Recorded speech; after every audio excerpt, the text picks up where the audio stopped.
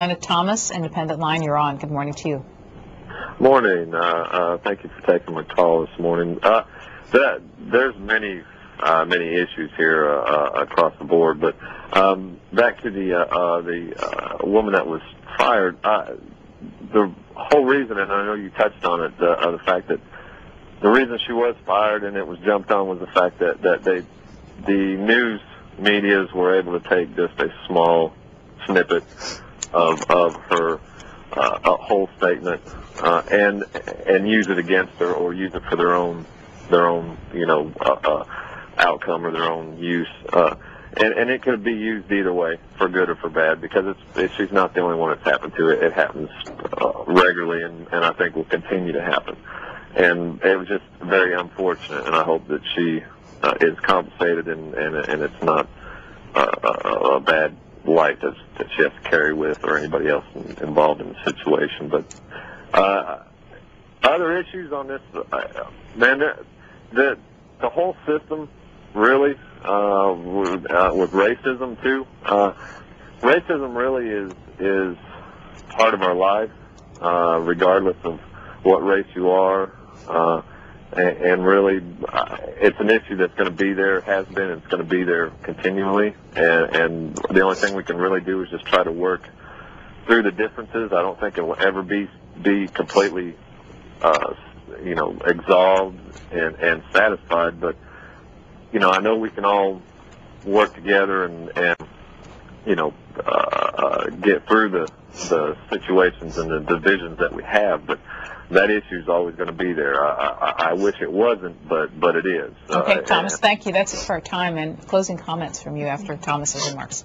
Well, Thomas, I hope that it's not going to always be there. I hope the racism will not always be in our country, and I think that we've come a long way in addressing it. And I think part of what we all have to do as a country is to continue to fight against discrimination and racism wherever it exists. And I hope that bias in the media is not going to always be there. People's lives are destroyed based on some political agenda of the right-wing media, and that's not acceptable. And so I hope that we don't accept any of the difficulties and challenges that we have in our country.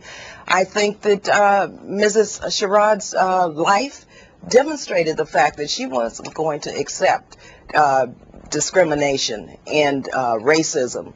And look at what she experienced in her family. Look at how her father, unfortunately, got killed. When you look at what has happened to her and how she has moved forward and used her life's experience to help others, I think that gives us a lot of hope.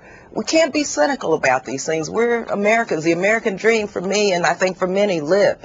But we have to make sure that we work to get rid of these systemic inequalities, these institutional inequalities that really have been created through hundreds of years. And I think that's important for us to remember. Yes, we have to have these discussions and talk about these issues in our lives with our friends, our families, at work, but we also have to have a national dialogue, and we have to talk about these things. And I'm really pleased we were able to talk this morning about some of them, because we have to do this without all the noise and without all of the political agendas and all of the hateful rhetoric, because hateful rhetoric creates problems we don't need to have to address at this point in history. And so we need to move on and have these discussions, fight for what's right for everybody, and don't accept the fact that all of the negatives and all of the baggage of the past is going to be with us forever.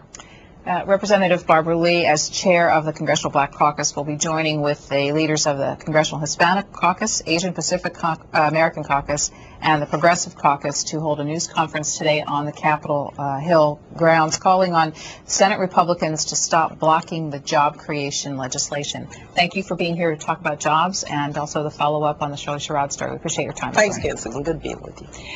Our next guest at the table is going to be Congressman Mac Thornberry. He is on defense, armed services, and also intelligence committees, which means that we're going to be talking about the intelligence apparatus in this country in the wake of the big story in the series in the Washington Post this week, talking about the growth in it since 9/11, and also the latest on the war in Afghanistan and his